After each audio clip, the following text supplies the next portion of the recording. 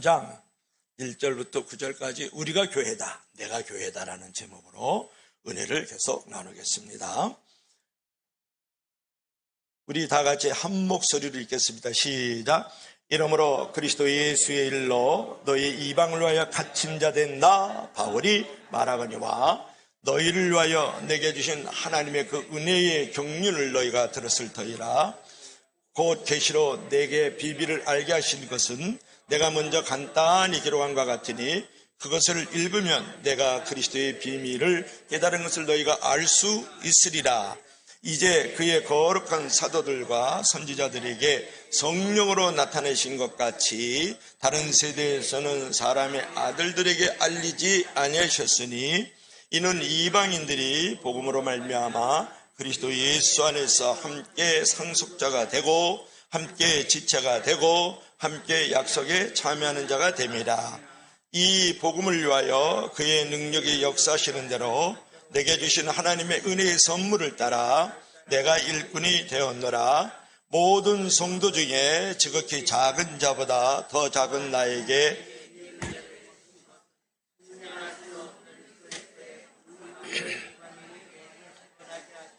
영원부터 만물을 창조하신 하나님 속에 감춰졌던 비밀의 경륜이 어떠한 것을 드러내게 하려 하심이니라. 아멘. 기도합시다. 주 하나님, 오늘도 진리의 법을 보게 하시고 깨닫게 하여 주시고 또 이 진리의 음성이 선포될 때에 마음에 잘 새겨지고 또 마음에 새길 뿐만 아니라 삶으로 연결되어 주시도록 인도하여 주시옵소서. 예수님 이름으로 기도하옵나이다. 아멘. 사진 한번 볼래요? 우리 사람이죠? 우리 예쁜 꼬맹이가 있는데 머리도 있고 팔도 있고 손도 있네요. 발도 있고 다리도 있고 배도 있고 가슴이 있습니다. 이런 몸을 가지고 있다. 그러니까 인간의 신체라는 것은 놀라운 하나님의 신비와 기적이 계속 움직이고 있다는 거예요. 우리 몸을 자세히 보면 여러분 신비한 것이 한두 가지가 아닌데 여러분이 깨닫지 못할 때가 많아요. 여러분 심장이 있습니다. 심장은 1분 동안에 60번에서 70번 수축 운동을 하면서 하루에 양동이로 720통의 피를 퍼 나른다라는 거예요. 여러분 손으로 주먹을 쥐었다 폈다 1분 만에도 여러분 힘든데 1시간 하게 하면은 진짜 불편한데요. 하루 종일 이 심장이 60에서 70분 1분 동안에 720통의 피를 퍼 나른다는 것은 얼마나 놀랍고 신비한 일이냐는 것을 여러분에게 말씀을 드리는 거예요. 그런 운동을 심장이 일생 동안 계속한다고 생각하면 얼마나 신비합니까? 그러므로 여러분 가끔 심장을 만지면서 심장아 고맙다, 감사하다, 이렇게 심장을 주신 하나님 너무 고맙습니다. 인체에 대한 그 신비와 그 기적에 대해서 감사하는 고백을 할 줄 알아야 돼요. 그래야 심장이 더 기뻐하지 않겠어요? 여러분 기도 신비합니다. 어떻게 보면 문명의 원천은 귀 안에 있는 달팽이 간이라는 말을 여러분 아세요? 사람이 두 발로 걸어 다닐 수 있는 것은 귀 안에 있는 달팽이 간이 몸의 균형을 잡아주기 때문에 여러분이 두 발로 걸어갈 수가 있어요. 두 손을 쓸 수가 있다고요. 그래서 사람은요, 두 손을 쓸 수 있고 두 발을 쓸 수 있기 때문에 지금과 같은 찬란한 문명의 역사를 만들어갔다라는 거예요. 또한 여러분 귀가 소리를 들을 때 너무 작은 소리도 안 들리죠. 너무 큰 소리도 안 들리잖아요. 여러분 지금 이 지구가요 자전을 하는데 시속 자전을 하는데 1600km예요. 1600km. 그러면 여러분 비행기로 말하면 비행기가 약 1000km 정도 달려가거든요. 그러면 비행기 한 2배 속도로 지금 지구 자전이 지금 돌고 있다고요. 그뿐만이 아니고 또 여러분 이게 공전을 하고 있는데 이 공전 속도는 11만 킬로로 지금 시속 달려가고 있어요. 그럼 비행기의 몇 배 정도의 시속 1000km면 비행기가 최대로 달려가는 거거든요. 10배면 10,000km잖아요. 100배면 10만 킬로잖아요. 11만 킬로로 지금 공전 시속을 하고 있거든요. 지구가. 이게 얼마나 큰 소리가 나겠느냐는 거예요. 그래도 여러분 그 소리가 들립니까? 안 들립니까? 날아가는데 지금 안 들리고 있다라는, 그거 들리면 미쳐 돌아가요. 그뿐만이 아니라 너무 작은 소리도 하나님께서 듣지 못하게 만들었다라는 거예요. 여러분 지금 예배드릴 때 바퀴벌레가 벌벌벌 기어다니고 개비들이 기어다니고 소리 들리면요 노이로제 걸려가지고 일찍 운명하셔요. 그런데 여러분, 그런 거는 듣지 못하게 만들었다. 큰 소리도 듣지 못하게 하고 작은 소리도 듣지 못하게 했다. 여러분, 이것이 신체의 기적이고 신비라고 여러분 생각하지 않으세요? 그처럼 자세히 보면 모든 것이 다 하나님의 은혜가 아닌 게 없다라는 거예요. 우리는 그것으로만 끝난 게 아니잖아요. 더 나아가서 하나님은 우리를 구원하시려고 예수님을 죽이셨어요. 예수님은 우리를 위해서 기꺼이 당신의 생명을 내어주셨거든요. 그만큼 우리를 존귀히 여기셨다고요. 예수님은 우리를 자신과 맞바꿀 정도로 매우 소중하고 값진 존재로 우리를 보셨단 말이에요. 그러므로 여러분, 이 놀라운 은혜를 생각하면서 어떤 경우에도 외모로 사람을 평가하지 말라는 거예요. 어떤 외적인 환경 때문에 기죽지 말라는 거예요. 하나님의 아들 되신 우리 주 예수 그리스도께서 십자가에서 당신의 목숨을 내어주면서까지 나를 기꺼이 받아주신 이 얼마나 귀한 존재인데, 그까짓 거 외모 어떻게 생겼니 못생겼니 그거 가지고 있니 없니 이런 걸로 인해 가지고 여러분 죄책감 갖고 열등감 가지면 안 된다는 거예요. 어떻게 생각하면 그렇게 지으신 하나님을 모독하는 거예요.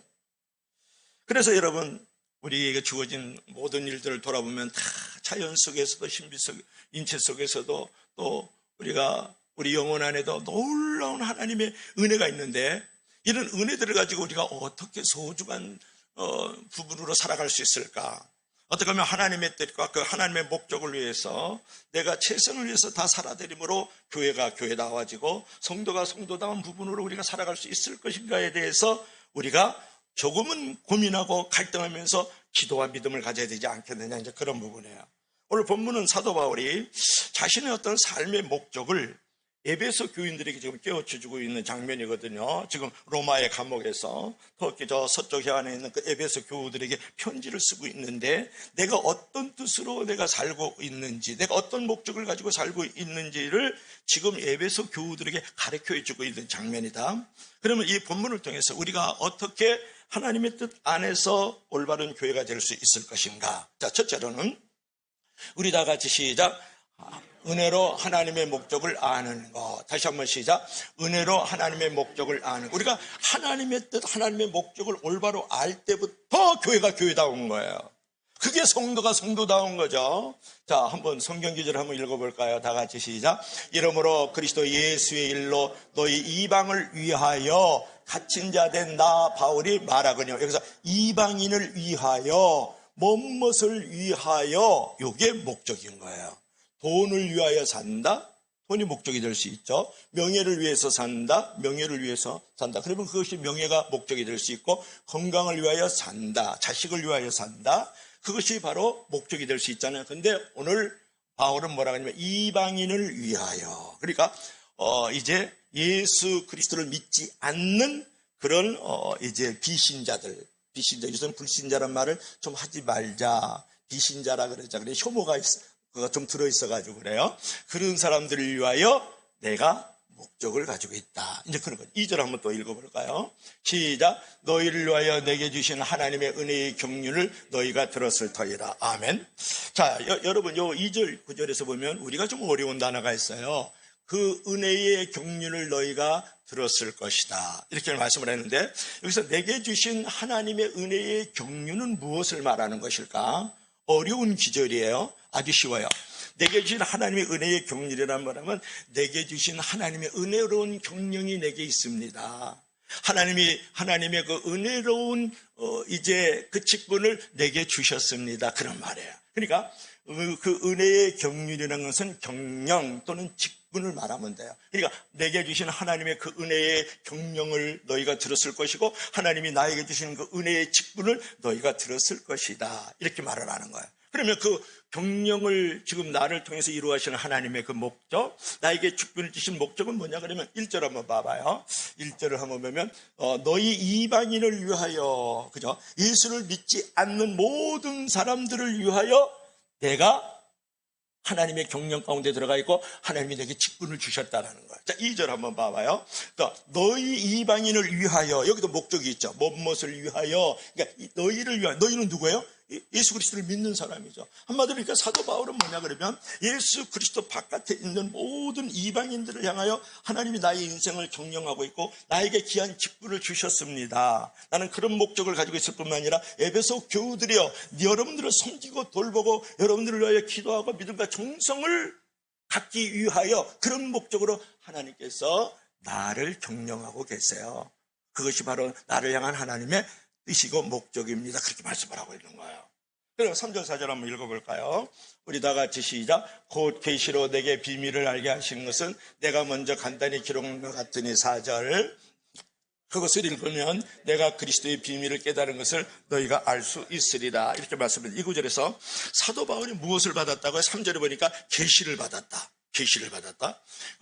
근데 그 계시를 받은 이유는 뭐냐 그러면 하나님의 비밀을 알게 하기 위해서 계시를 하나님이 주셨다라는 거야. 그러면 여기서 계시는 무엇이고 비밀은 무엇일까? 이게 이제 중요하지 않습니까? 이것은 뭐냐면 사도 바울은 자신의 계시를 받은 것은 뭐 막달라 마리아 상에서 막 눈물이 난다지 예수님이 그냥 옆구리에서 피가 쏟아진다지 그런 계시를 보여준 게 아니라는 거예요. 여기서 이 계시는 뭘 말하냐면 내 안에 있는 예수님으로 말미암아서 많은 사람들에게 구원을 베풀 수 있는 비밀을 하나님이 나에게 주셨고 이방인에게 그것을 알리라고 나에게 비밀을 주시고 계시를 주셨다 그런 말이에요. 그러니까 사도 바울이 지금 가지고 있는 계시는 뭐냐면 마리아상에서 눈물이 나서 피가 난다든지 예수님의 옆구리에서 피가 쏟아지는 그런 어떤 계시를 환상을 하나님 보여주신 것이 아니고 내가 너에게 예수 그리스도를 알게 할 뿐만 예수 그리스도를 믿음으로 구원받는 것을 이방인에게 알게 하기 위해서 계시 하나님이 비밀을 벗었다 그런 얘기를 좀 하고 있는 거예요. 믿으시면 다 같이 아멘 하시기 바랍니다. 그래서 여기서 이제 첫 번째로 이제 중요한 것은 뭐냐면 한마디로 사도 바울은 하나님의 그 뜻 안에서 하나님의 그 목적 안에서 지금 살고 있는데 무엇을 위해서 이방인에게 전도하기 위해서 또 교회를 섬기기 위해서 내가 하나님의 경영과 하나님의 이제 직분을 이제 얻게 되었다 이렇게 고백을 하고 있는 거예요. 여러분 여기서 우리가 이제 생각해야 될 것은 뭐냐면 왜 하나님이 우리를 구원하시려고 은혜를 주셨을까? 그런 부분이에요. 오늘 사도 바울은 분명히 얘기하지 않습니까? 이방인을 위하여 내가 존재하는 목적이 있습니다. 그렇게 얘기를 하는 거예요. 이방인의 무엇을 위해서? 그들이 예수 그리스도를 알고 예수 그리스도를 믿음으로 봐 구원받는 일을 하기 위함을 위하여 나를 하나님의 콜링하셨다는 분명한 목적을 가지고 있었다는 거예요. 여러분 우리들도 우리를 구원하여 주시고 하나님의 은혜를 주신 이유는 뭐냐면 어떤 비밀을 주고 있느냐 그러면 복음을 전파라는 거예요. 누구처럼? 바울처럼. 그처럼 성도는 여러분 불신자들에게 전도할 줄 알아야 되거든요. 여러분 지금 한국교회가 매우 위태로운 가운데 있어요. 지난주일로 말미암아서 한국교회 모든 교단들이 이제 감리교, 순복음 또는 침례, 장로교 또 성공회 이런 부분에서 교단들의 총회가 다 이제 맞춰졌는데 한국의 성도들이 1년 동안에 얼마가 줄어들었냐 그러면 60만 명이 줄어들었어요. 지난 한 해 동안에 한국 교회 전체 교인들과 60만 명이 줄었더라고요. 그러면 이게 통계로 나온 거예요. 60만 명이 10년이면 몇 명이에요? 60만 명이 600만 명이 되는 거예요. 지금 한국 교회 교인들이요 600만 명 전후로 봅니다. 심지어는 300만 명으로 보는 사람도 있어요. 1200만 명 거짓말이에요. 이제는 그럴 때가 아니에요. 600만 명 전후면 앞으로 10년 후면 600만 명의 교인들이 없어지는 거예요. 줄어들어 버리는 거예요. 그러면 교인들이 있습니까? 없으면 없어져 버리는 거예요. 인구가 지금 급감하고 있습니다. 어린아이들이 아주 놀라울 정도로 급감하고 있고 영적으로도 매우 지금 쇠퇴하는 가운데 있다고요. 그러다 보니까 교인들이 지난 한 해 총 교단들이 60만 명이 없어졌어요. 그러면 10년이면 600만 명이면 10년에서 20년 사이 교회가 없어져 버리는 거예요. 한국교회 성도들이 없어진다니까요. 우리 통합측은 몇 명 없어졌냐 그러면 정확하게 9만 5천 명, 10만 명이 없어졌어요. 우리 통합측만. 합동측하고 통합측의 교단이 크거든요. 그러니까 제일 많이 없어졌는데 10만 명이면 한 달에 10,000명씩 없어진 거예요. 그러면 한 달에 100명 되는 교회가 100개씩 없어지고 있는 중이에요, 지금. 올해만 그랬다니까요. 한 해 동안에. 여러분 이렇게 되면 자 우리 교회로 좀 들어와 볼까요? 여러분 우리 교회도 이런 상태로 계속 가면 10년에서 20년 사이 우리 교회도 없어지는 거야. 여러분 자리가 보이지 않습니까? 이렇게 자리가 보이잖아요. 한국 교회나 우리 교회나 다 마찬가지인 거예요. 지금 위축되고 축소한 것이 당연한 부분이에요. 인구가 절감하고 있으니까요. 급감하고 있으니까. 그리고 성도들이 지금 영적으로 많이 쇠퇴하고 무기력해지는 가운데 있거든요. 그럼 우리 교회도 10년에서 20년 사이에는 우리 교회도 없어지는 거예요. 그렇다 그러면 여러분에게 제가 도전을 줍니다. 여러분들께서 어제 우리 교회도 10년에서 20년, 한국 교회도 10년에서 20년 안에 없어지는 거예요, 이제는. 유럽에서 130년 동안 진행되던 것들이 한국에서 20년, 30년 만에 지금 완전히 고속도로 달리듯이 지금 진행이 되고 있는 중이거든요. 그러면 여러분들께서 전도를 하셔야 되잖아요. 오늘 사도 바울이 이방인을 위하여, 에베소 교우들을 위하여 내가 전도하러 왔다라는 거예요. 그런 목적을 가졌다라는 거야. 여러분이 1년에 한 명 전도합니까? 10년 이상 교회를 다니는데 한 명 이상 전도한 사람 있습니까? 물어보잖아요. 여러분 한 명씩 전도하면 어떤 일이 벌어질까요? 우리가 100명 교인이라고 보면 그럼 100명이면 그 다음에 200명 되잖아요. 그 다음에 또 100명씩 전도하면 어떻게 됩니까? 400명이 되잖아요. 그 다음에 또 한 명씩 전도하면 어떻게 됩니까? 800명이 우리가 가슴벅찬 교회가 예를 들다 그러면 이 역곡동 부천에서 가장 큰 교회가 되는 것은 여러분 1년에 한 명씩만 전도하면 돼. 50%만 해도 되죠. 부부간에 한 명씩만 해도. 부천에서 가장 큰 교회로 성장하는 거 간단합니다. 여러분 부부간에 가정 안에서 한 명씩만 1년에 전도하면 부천에서 이 역곡동에서 가장 큰 교회로 부흥하고 성장할 줄로 믿습니다. 할렐루야. 여러분 이런 비전과 사명을 가져야 된다는 거예요. 사도 바울이 놀라운 계시를 받고 하나님부터 놀라운 비밀을 얻은 것은 이방인을 위하여 전도하기 위해서, 에베소 교우들을 잘 섬기고 돌보기 위해서 나에게 계시를 주셨다는 거야. 계시라는 게 리벨레이션에서 베일을 벗었다. 누가? 하나님이 베일을 벗고 나에게 나타나셨다는 거예요. 여러분 그런 도전을 받아야 되지 않겠습니까? 이제 이렇게 되면 저야 우리 가슴복창교회를 단 한 명 있더라도 내가 끝까지 지키고 10,000명이 되더라도 지킬 목사지만 말이죠. 교회가 없어진다는 건 슬픈 일이 아닙니까? 한국교회가 없어지는 건 슬픈 일이 아닙니까? 여러분 1년에 이 한국교회가요 1,500에서 200개 쓰고 2,000개씩 없어지고 있는 중이에요. 지금 없어지고 있는 중이라고요. 여러분. 그런 상황 속에서 여러분 내가 주님의 지상 대명령이고 마지막 유언이었던 만민에게 복음을 전파하라, 성령이 주신 때까지 증인이 되라고 말씀하셨잖아요. 이 명령을 지키지 않으면 당연히 성도와 교회는 없어지는 것이죠. 60만 명 없어졌어요. 10년에 600만 명이면 한국교회 교회는 없다고 보면 되는 거예요. 무섭습니다, 여러분. 얼마나 위기와 어떻게 되면 절체절명이라 그러잖아요. 정말 이게 이제 숨이 멈추는 상황들이거든요.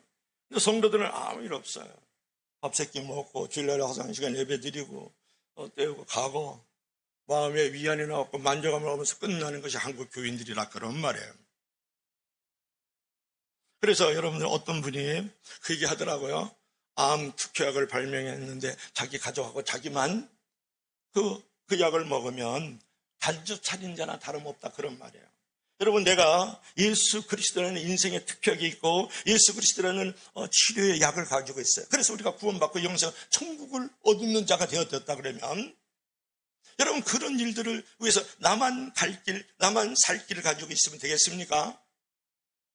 여러분의 도리가 아니죠. 하나님 앞에서 우리의 목적과 하나님의 뜻이 아니잖아요.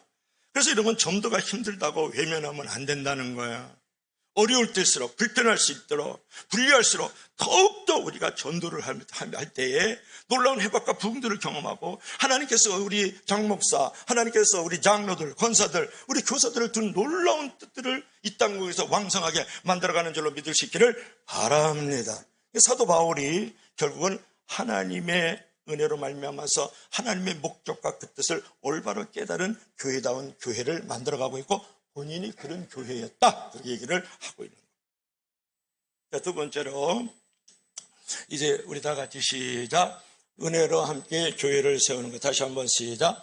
은혜로 함께 교회를 세우는 것. 지금 봉사팀, 찬양팀이 되겠죠. 지금 교회를 지금 세우는 모습을 볼 수 있죠.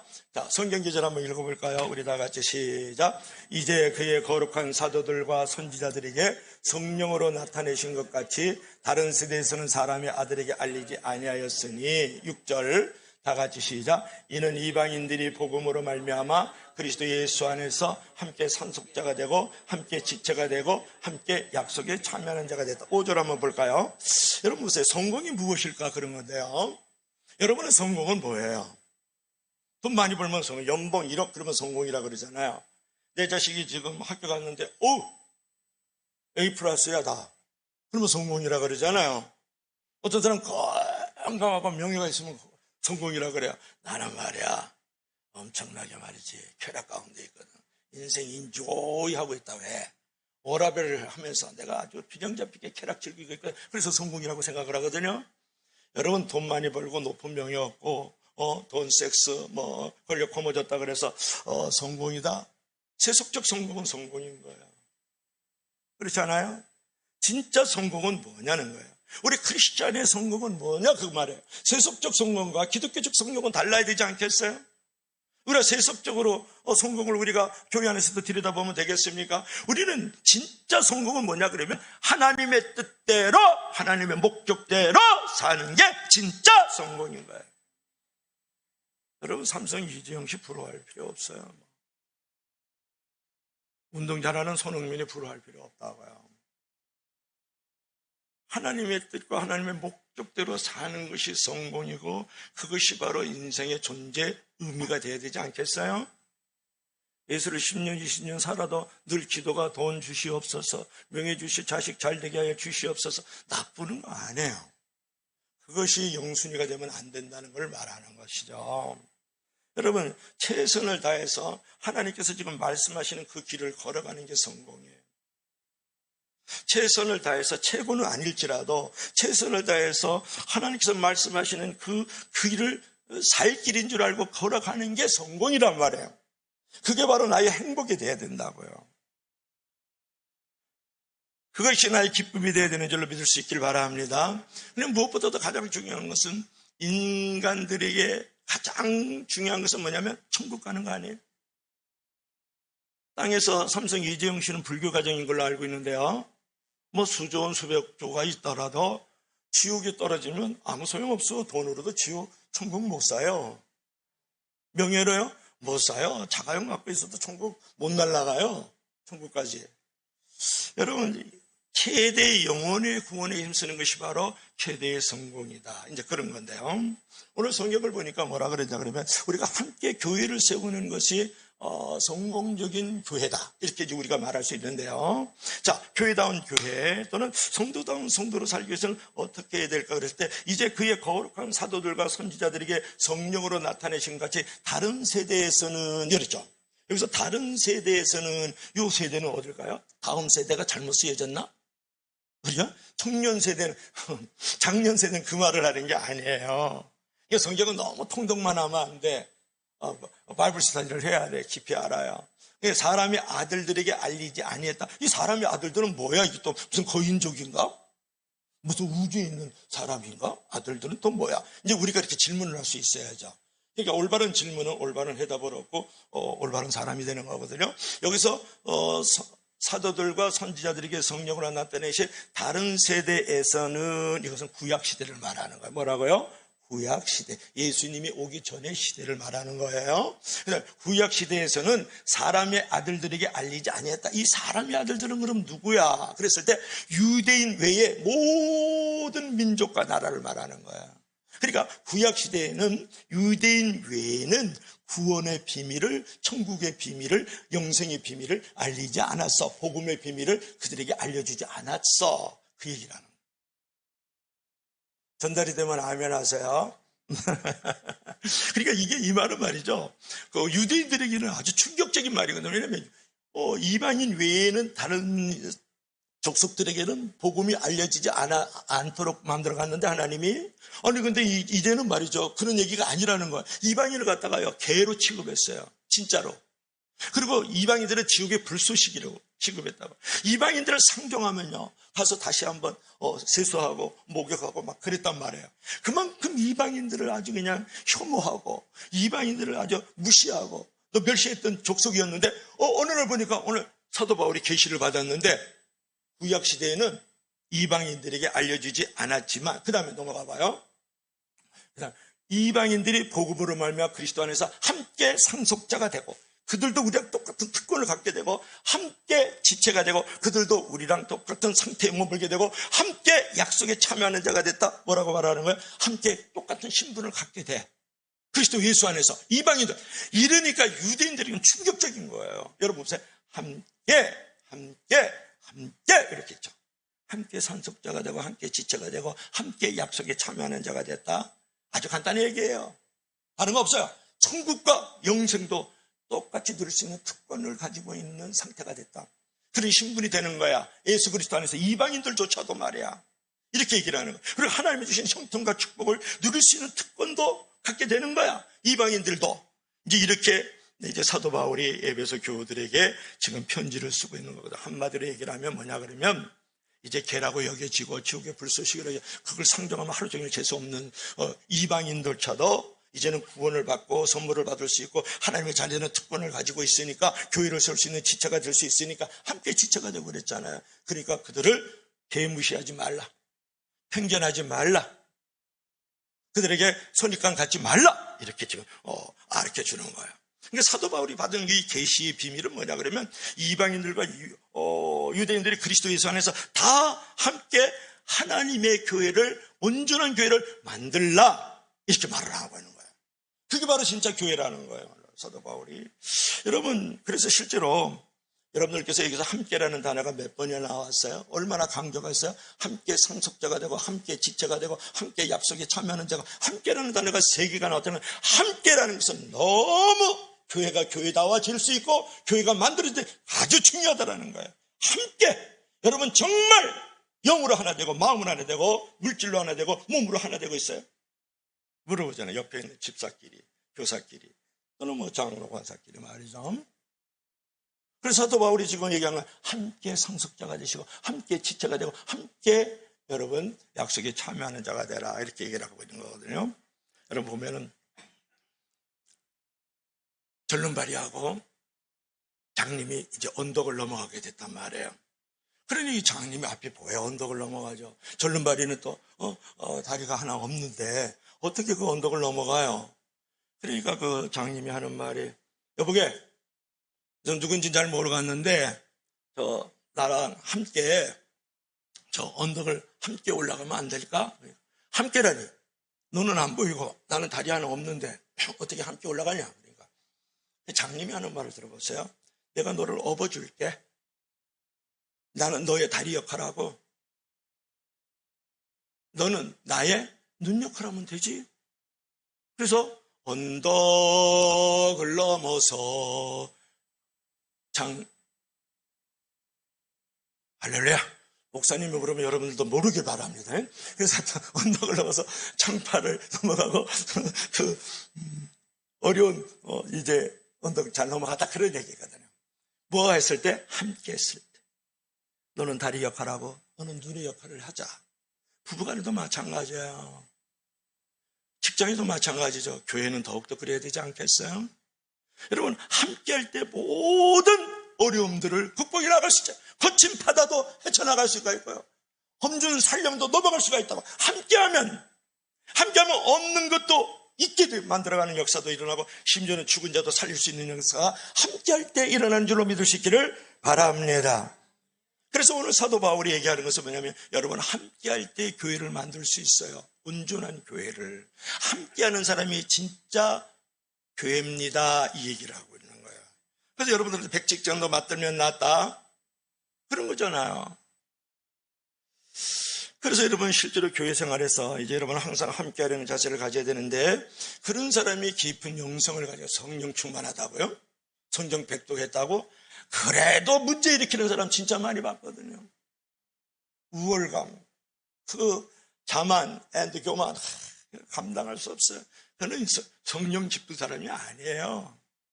그 깊은 영성을 가진 사람 아니라고요.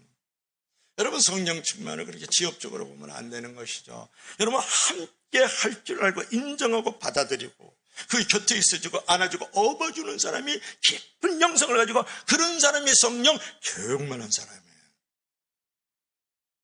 그런데 여러분들께서 이제 함께하는 것에 대해서 어떤 그 원리와 어떤 깊은 이해가 좀 필요한 부분이 있어요.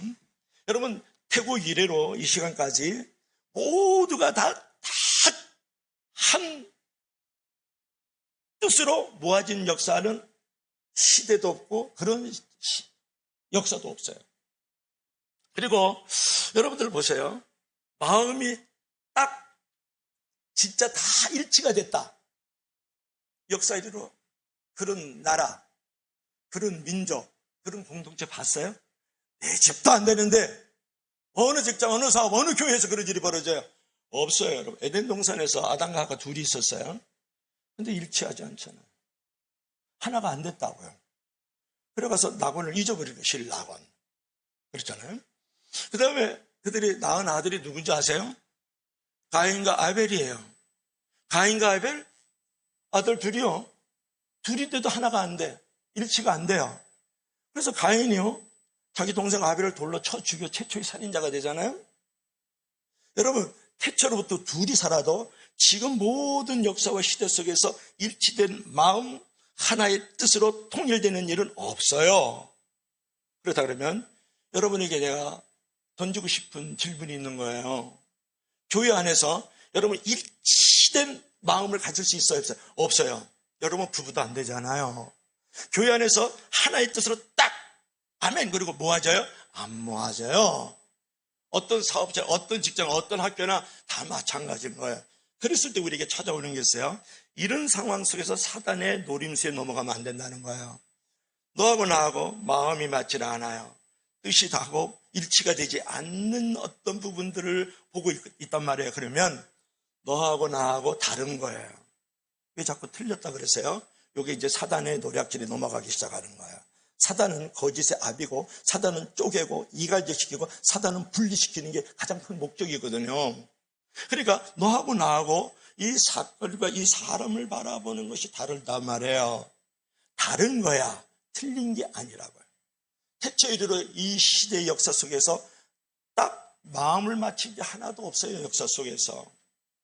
또 하나는 뭐가 있냐 그러면 이제 뭐가 있냐면 또 어떤 부분에 일치된 마음을 갖고 있지 않으면 너는 잘못됐어. 여러분 이거 고쳐야 돼요. 교회 안에서 틀렸다 잘못됐다는 말 절대 하지 않기.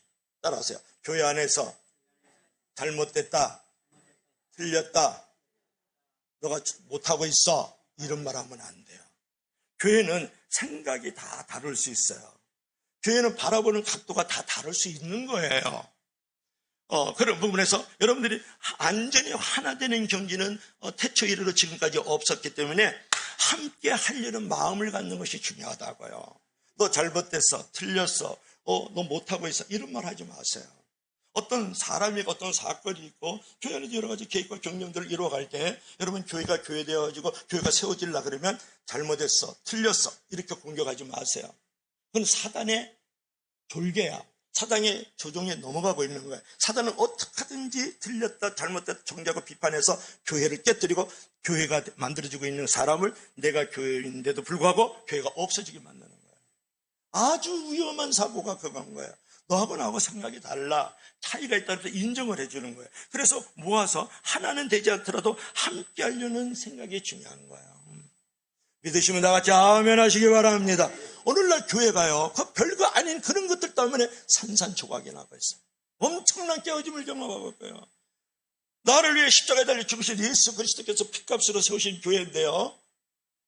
그거 조그만 자존심, 또 내가 나의 어떤 경험과 지식이 다르다고 그를 함부로 값을 매기는 바람에 교회가 왕창 중장창 왕장 중장창 산산조각이 큰 교회든 작은 그렇게 재미가 없어요.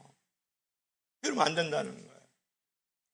믿을 수 있기를 바랍니다. 그래서 서로 함께하고 하는 그런 어떤 위드즘이라 그래서 너무 중요한 거예요. 그래서 함께 상속자가 되어지고 함께 지체가 되어지고 함께 우리가 약속에 참여하는 자로서 함께 하려는 마음들을 갖기를 주의 이름으로 간절히 부탁합니다. 그다음 마지막으로 세 번째로 우리 다 같이 시작. 주일학교 선생님이 애들하고 이렇게 지금 재미있게 놀고 있는 장면인 것 같아요. 자, 7절 한번 봅시다. 시작. 이 복음을 위하여 그의 능력이 역사하시는 대로 내게 주신 하나님의 은혜의 선물을 따라 내가 일꾼이 되었노라. 자, 8절까지 시작. 모든 성도 중에 지극히 작은 자보다 더 작은 나에게 은혜를 주신 것은 측량할 수 없는 그리스도의 풍성함을 이방인에게 전하게 하시고. 7절 한번 볼까요? 이 복음을 위하여 그의 능력, 7절, 이 복음을 위하여 그의 능력에 역사하시는 대로 내게 주신 하나님의 은혜의 선물을 따라 내가 일꾼이 되었노라. 여러분, 은혜를 받았어요. 근데 은혜의 선물을 받고 입다 이렇게 씻어버리면 얼마나 매몰찬 인간이에요. 얼마나 차디찬 인간상이에요. 그렇죠?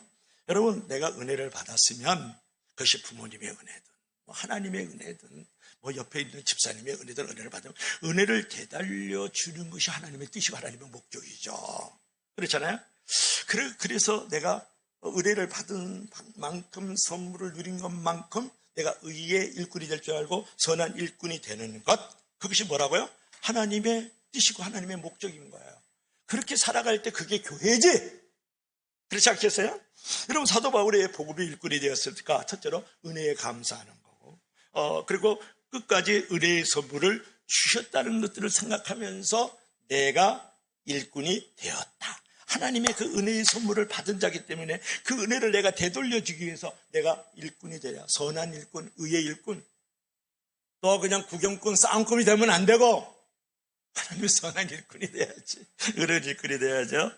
여러분, 그런데 사도 바울이요, 은혜의 선물을 받았다 그래서 항상 막 일치월장 평탄하고 복된 일만 가. 어디 그게 성경에 나와요? 사도 바울은 매도 수없이 의도 터지고요. 감옥에 가서 착고에 가가지고 곰팡이에 들어있는 데 가서 굶주림과 추위에 떨고 말이죠. 또 동족들이 막 잡아 죽이려고 말이죠. 너 왜 예수 전파하냐 내가. 우리는 하나님만 잡지. 아직 메시아가 오지 않았거든. 그래 쫓아다니면서 막 죽이려고 덤벼들고요. 막 내가 던져버리고 막 그러잖아요. 그뿐만이 아니고 또 파도의 위협도 있고요. 그죠? 파도 속에서 유라굴라 강풍에서 죽을 뻔도 하고 말이죠. 그 파산의 위기 가운데 얼마나 인생을 살아갔는지 몰라요. 여러분, 그것으로만 끝나는 게 아니에요. 사도 바울은요, 그렇게 교회를 많이 세웠어요. 갈라디아서, 에베소서, 빌립보서, 대로교회를 다 세웠는데 잘 되는 교회는 잘 되지만 안 되는 교회는 또 안 되잖아요. 그러니까 먹을 게 없어가지고요, 사도 바울이 텐트 메이커가 되는 거예요. 텐트를 제조해가지고 그걸로 선교비 충당하고 그걸로 선교팀 이기고 그걸로 내 굶주림을 이겨나갔던 사람이라.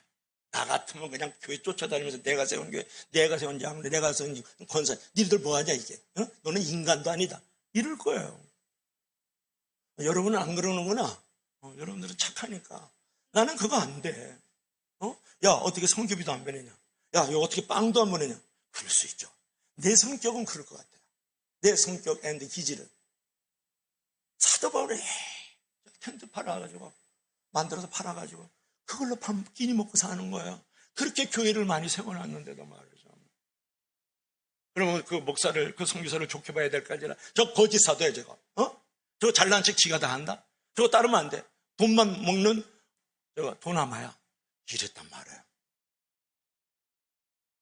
성경 읽기를 주의 이름을 간절히 축원하면 너무 모든 게 새로워서 나는 여기서 목회할 맛이 나요. 왜냐하면 여러분이 너무 모르니까 다 새롭잖아. 내가 있어야 될 존재 가치가 있지. 근데 성경을 백독을 하고 막 성경 공부하고 제자 훈련 다 받아가지고 목사님 그거 뭔지 나 그 수준 넘어 이래봐. 그럼 내가 있어야 될 이유가 없어져 버리잖아. 목사님 나가세요? 안 나가. 나는 죽어도 너희들 다 없어져도 나는 끝까지 교회 지킬 사람이에요. 그런데 여러분, 이제 중요한 것은 뭐냐면 고통조차 하나님의 은혜로 여길 줄 아는 사람이었다는 얘기를 하는 거예요. 은혜의 선물을 따라 내가 일꾼 되었다. 그 은혜의 선물이라는 것은 늘 형통과 축복의 은혜의 선물을 받은 건 아니라, 고난도 고초도 고통도 하나님의 나라와 그 복음을 위해서 살다 보면 찾아오는 그것도 은혜의 선물로서 내가 받아들이고 선한 일꾼이 되었다. 얼마나 멋져요. 사도 바울이. 사도 바울과 같은 목사가 되길 주의 이름으로, 성도들이 되길 주의 이름으로 축복합니다. 그런 사람들이 돼야 되지 않겠어요? 여러분, 감사는요, 은혜 받는 제1의 통로가 최고의 축복인 거야. 감사하면 삶의 활력이 넘치고요. 은혜를 크게 보면 감사가 넘치고, 감사를 크게 보면 은혜가 넘치는 거거든요. 여러분, 감사라는 것은 행복의, 불행의 물줄기를 행복의 물줄기로 돌리는 거예요. 감사라는 것은 저주의 물줄기를 축복의 물줄기로 돌리는 거예요. 감사하다는 것은 성숙함과 깊은 영성의 표지요, 나침판이 되는 거예요. 여러분, 감사가 나오지 않는 사람은 어떤 부분 계속 험담하고 불평만 해요. 그 사람은 내일이 보여. 그 말 속에 내일이 다 보여요. 어떤 사람은 어떤 상황에도 감사하고 찬양을 해요. 그러니까 여러분들께서 잘 아는 사람이 누구냐, 밀림의 성자 슈바이처. 성은 슈고 이름은 바이처예요. 밀림의 성자거든요. 그가 마지막으로 프랑스에 있는 친구에게 편지를 써요. 자네가 이 편지를 받는 순간 나는 이 땅에 없을 것이네. 난 60년 동안 이 밀림에 들어와서 귀한 우리 원주민 친구들과 더불어 60년 사역을 할 수 있도록 하나님이 나에게 은혜를 베풀어 주신 걸 너무 감사하네. 지금 90의 노구를 이끌고도 지금도 마지막까지 내가 이들과 함께 있는 게 너무너무 감사하네. 그래서 하나님의 은혜와 그 사랑 속에서 내가 이제까지 왔네. 잘 있게, 자네도 그리 살게. 그리고 마지막 편지를 보내고 거기서 죽는 거예요. 여러분 어떻습니까? 60년 동안 밀림 속에서, 람바네르 속에서 살았거든요. 그리고 90의 노구까지 죽는 순간까지 우리 귀한 원주민 친구들과 그들을 청진기를 대고 먹을 것을 주다 가버리는 거거든요. 그 박사학위를 4개나 갖고 있는 사람, 박사가 목사 만드는 거 아니에요. 박사가 성자 만드는 것도 아니에요. 이제 그런 시대 지났어요. 그리스 유아 벽사를 보면 우리 바울 같은 생각이 들지 않습니까? 자, 우리 8절 한번 읽어봐요. 다 같이 8절 우리 다 같이 시작. 모든 성도 중에 지극히 작은 자보다 더 작은 나에게 이 은혜를 주신 것은 측량할 수 없는 그리스도의 풍성함을 이방인에게 전하게 하시고, 모든 성도 중에 지극히 작은 자보다 더 작다? 여러분은 그렇게 고백을 하고 있느냐고 물어보잖아요. 여러분은 옆에 있는 집사보다 내가 낫다는 거예요. 저 장로보다는 내가 더 훌륭하다고 생각하지 않죠. 저쪽 교회보다는 내 장만동 목사가 더 낫다 이렇게 생각하지 않아요? 사도 바울은 안 그런 거예요. 지극히 작은 성도 더 작은 나 이렇게 얘기를 하거든요. 그러니까 바울은 원래 사울이라는 이름이 큰 자예요. 대인이라는 뜻이에요. 그리고 바울이라는 건 작은 자, 소인이라는 뜻이란 말이에요. 그러니까 이제 복음이 일꾼이 되려고 그러면 이 바울과 같은 고백이 있어야 된다는. 나는 큰 자가 아닙니다. 나는 사울이 아니에요. 나는 지극히 작은 바울과 같은 존재입니다. 그럴 때 하나님이 글을 쓰시고, 그럴 때 그런 사람이 진정한 교회이고, 그런 사람이 교회를 만들어가는 거야. 많은 사람은 은근히 되게 우월감이고, 되게 저기 잘났다고, 잘난 척, 있는 척, 아는 척, 삼척동자가 다 들어가 있어요. 여러분, 그러면 안 된다 내가. 사도 바울이 20년 동안 지구를 4바퀴 돌면서 선교를 할 수 있다. 하나님 앞에서 이런 고백이 있기 때문에 글을 쓰시는 거예요. 왜 그가 그렇게 겸손할 수 있었느냐가 이제 중요하잖아요. 그는 늘 지난 날을 돌아오면서 은혜의 추억 가운데 은혜의 기억이 있는 거예요. 왜? 내가 스데반 집사 당장 돌로 쳐 죽일 때 나도 돌 던진 사람이에요. 7 집사 중에 한 사람이 스데반. 멸륭한 이런 가지사. 그리고 내가 예수 그리스도를 믿는 사람들을 잡아가지고 감옥에 쳐놓고 살해하고 자격을 이끌고 그들을 이제 잡아가지고 하나님 앞에 귀하게 큰일한다고 쓰임난다고 달려가다가 빛 가운데 예수님 만난 사람이거든요. 그걸 늘 추억하는 거예요. 나는 많은 사람을 감옥에 집어넣고 살해하고 하다못해 스데반 집사 돌로 쳐 죽일 때 나도 돌 던져서 그를 돌무더기로 만들어서 박해하고 순교시켰던 사람이라고 고백을 하고 있는 거예요. 그러니까 그것을 생각하면 너무너무 나는 별 볼 일 없고 볼품없는 존재라는 것을 늘 고백을 하는 거야. 작아서 작은 게 아니에요. 볼품 없어도 볼품 없는 게 아니라고요. 나는 하나님 앞에서 제일이었다라는 거예요. 나는 쓸모없는 존재였는데 하나님의 은혜의 선물로 말미암아서 내가 지금 일꾼이 됐다는 것에 너무 감격하니까 모든 성도보다 더 작은 나 또는 죄인 중에 계속 이런 말을 하는 거예요. 여러분의 입술에도 그런 고백이 나와야 된단 말이에요. 언제나 나는 큰 자야, 나는 괜찮은 된 자야, 난 만들어진 자야 이런 고백을 해요. 왜냐? 하나님의 은혜가 없으면 교만해집니다. 하나님의 은혜가 없으면 자꾸 자기가 커져.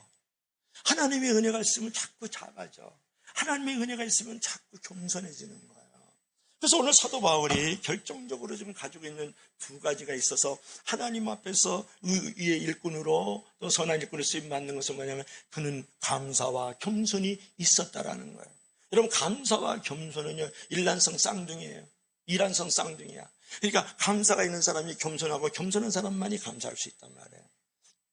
그래서 저와 여러분들도 이렇게 하나님 앞에서 감사와 겸손함으로 하나님 주신 그 은혜의 선물을 따라 내가 이렇게 쓰임을 받고 있다라는 거에 대해서 이런 자세를 가질 때 그때 교회를 만들어가는 사람이고, 그게 바로 교회예요. 직분이 교회가 아니라고. 목사가 교회예요? 어디 성경에 목사가 교회라고 나왔어요? 어디 장로가 교회라고 나왔어요? 없어요, 성경에. 그렇기 때문에 이런 겸손과 감사가 있을 때 하나님 앞에서의 일꾼이 중요하지 직분이 중요한 거 아닌 거예요. 올바른 정체성이 더 중요하다. 결론 들어갈까요? 자, 결론 한번 볼래요? 자, 봅시다. 우리 다 같이 시작. 지금 처한 상황 속에서 하나님의 뜻을 따라 사는 것이 진정한 교회다. 예수님과 더불어서 우리 귀한 어린 친구들, 나이가 먹어서 그런지 애들을 보면 아주 그냥 예뻐 죽겠어요. 너무너무 애들을, 저는 또 원래 우리 장씨 가면은 또 애들을 좋아해요. 그리고 이상숙 집사님 거기 상가했더니 애들이 남자 하나에 딸이 4명이나 있을 때다. 친척들이 다 모였으니까 도저히 예뻐서 견딜 수가 없어. 그래서 내가, 나도 요새 저 수박 한 통 사먹기 어려운데 말이지. 그래 또 돈 만들어서 다 이렇게 줬잖아요. 얼마 줬는지는 얘기 안 해줄 거야. 10,000원이라고 누가 얘기를 해. 50,000원 주려니까 돈이 없어가지고. 그래서 너무 좋아하더라고요. 그러니까 어저께도 가니까 그걸 알고, 정 목사님인데 우리 돈 줘서 우리가 예배 가운데 들어옵디다. 예배에서 같이 예배 드리더라고. 베풀 수 있기를 바라면 할렐루야. 다 돌아와요, 그게. 근데 이제 하나 얘기하고 마칩시다. 이제 전쟁터에서 국군이 포로로 공산당을 잡았어요. 잡았는데 젊은 친구 이거 죽여봐야 그렇고 그냥 풀어주자. 그래서 국군 용사들이, 우리나라는 자랑스러운 국군이들이니까 고향으로 돌아가라, 자기 부대로 돌아가라. 그래서 38선에서 전투하다가 보냈다. 그러니까 그 젊은 그 북한 괴뢰가 그러니 하는 말이, 제가 어떻게 해야 사랑굿이라면서 살 수 있겠습니까? 이렇게 물어본 거야. 그 북한 그 젊은 친구가. 그러니까 당신이 생명을 구원받았다는 것만큼의 그 가치 있는 것을 증명하면서 사세요. 이렇게 얘기를 한 거야. 그 국군 아저씨가. 당신이 이렇게 구원을 받고 당신이 이제 구할 만한 그런 가치가 있다는 것을 증명하면서 앞으로는 사세요. 그렇게 얘기를 해줬다라는 거예요. 여러분, 중요한 메시지가 여기 있는 거예요. 여러분, 예수 그리스도께서 나를 위하여 십자가에 달려 죽으셨다고요. 그래서 나는 건짐받았어요. 구원받았단 말이에요. 그렇다 그러면 나는 이제는 구원받은 존재로서 건짐받은 존재를 증명하면서 살아가야 되는 거예요. 그게 교회인 거예요.